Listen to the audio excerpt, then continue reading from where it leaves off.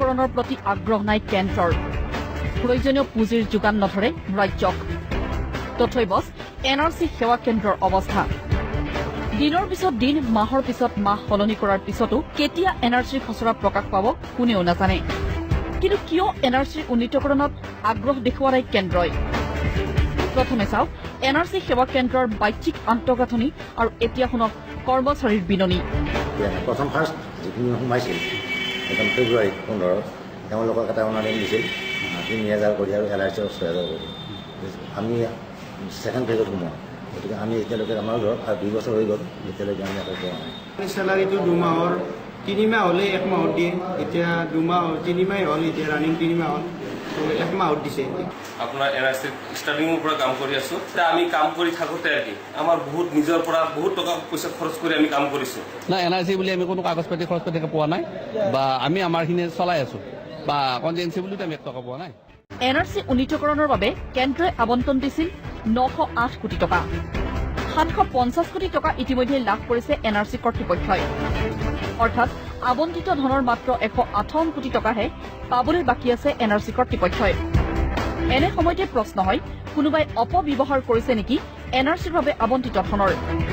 যাৰ বাবে ঠিকাভিত্তিক কৰ্মচাৰীৰ বাবে মুখ নুখুলে NRC ডেপুটেশ্যনত থকা চৰকাৰী কৰ্মচাৰীয়ে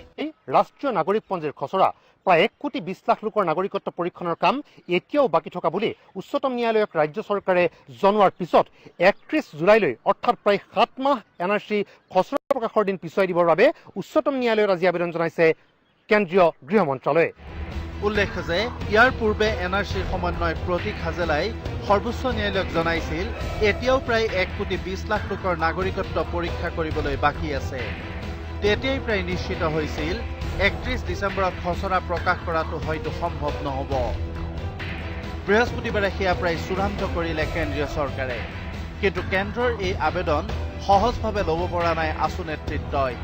তেওঁলোকৰ মতে ইয়াৰ অন্তৰালত নাগৰিকত্ব আইন সংশোধনেৰে হিন্দু বাংলাদেশীক নাগৰিকত্ব প্ৰদানৰ চক্ৰান্ত থাকিব পাৰে এই বিষয়টোত কোনো কাৰণতে আমি ছাত্ৰ সন্থাই কেতিয়াও সমৰ্থন নকৰোঁ এটা কথা স্পষ্ট মহামান্য উচ্চতম ন্যায়ালয়ৰ নিৰ্দেশনা তেওঁলোকে বিচৰা ডেট সেই ভিত্তিতে গোটেই কাম কাজ আৰম্ভ হ'ব লাগিব 71 চনৰ পিছৰ বিদেশীক সংস্থাপিত কৰিবৰ কাৰণে হিন্দু নাগৰিকত্ব সংশোধনী বিধেয়ক 2016 ইমপ্লিমেণ্ট কৰিবৰ কাৰণে তেওঁলোকে যদি কাজৰাজি কৰিছে এই কথাটো কেতিয়াও মহামান্য উচ্চতম ন্যায়ালয়ে গ্ৰহণ কৰাটো উচিত নহয় ইয়াৰ বিৰোধিতা ছাত্ৰ সন্থাই আমি তীব্ৰভাৱে ইয়াৰ বিৰোধিতা কৰিম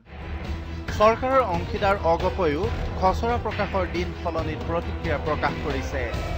যেহেতু সুপ্ৰিম কোৰ্টে ৰায় দিয়া নাই আমি 31 ডিচেম্বৰ হ'লে ভাল পাম আৰু আমি যিমান সোনকালে হয় সিমান ভাল পাম তাৰ লগে লগে এইটো কথাও আমি কওঁ যাতে শুদ্ধ NRC এখন যাতে হয় সেই কথাটো আমি